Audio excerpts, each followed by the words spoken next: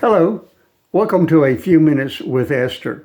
I'm Buddy Pennington, pastor of Westville Assembly of God, host for the study. In this video, we're going to take a look at lesson number 17, which includes Esther chapter number 6, beginning with verse 1 down through verse 11.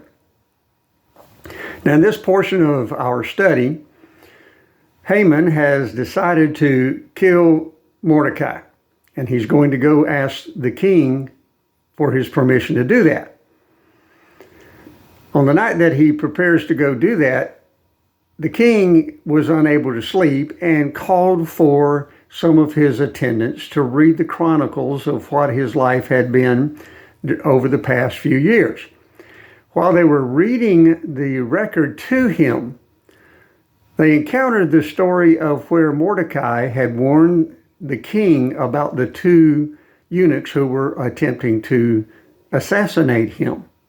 The king asked what was done to honor and to glorify this individual who helped me out so much, and the attendants looked and found that there was nothing that had been done. Well, about that time, Haman arrives at the royal palace. The king asks, "Who is outside?" The attendants tell him it's Haman, and Haman is called into the king's presence.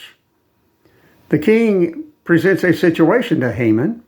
He says, "What should I do for somebody that I want to honor and give glory to because of something they have done for me?"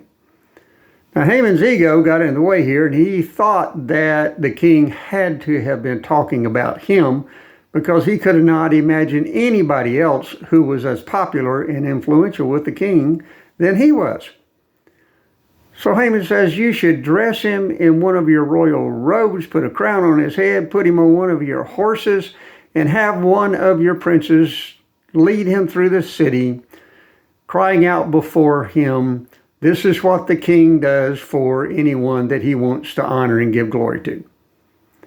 The king says to Haman, "Go and do what you just described to Mordecai." Haman realized that he had to do it because the king had ordered him to do it.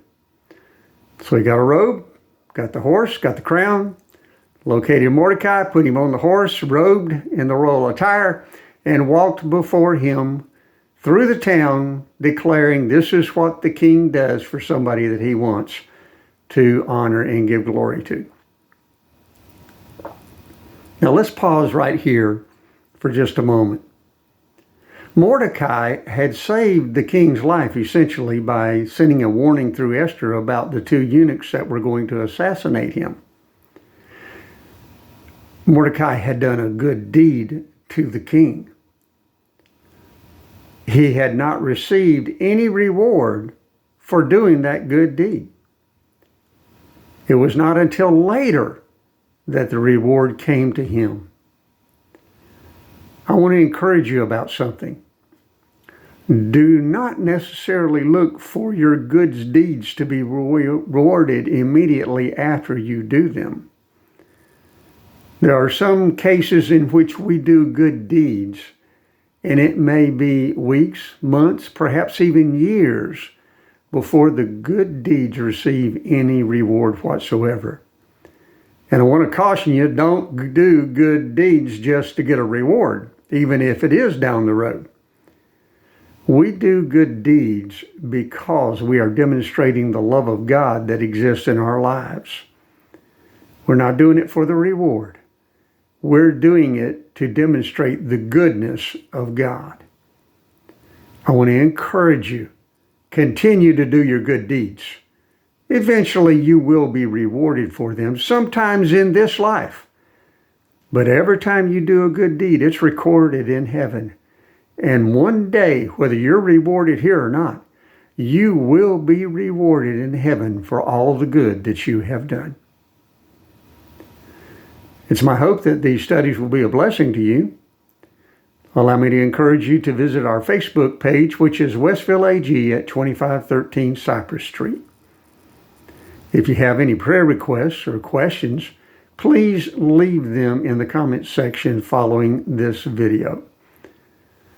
May God richly bless you until next time, whenever we get together for a few minutes with Esther.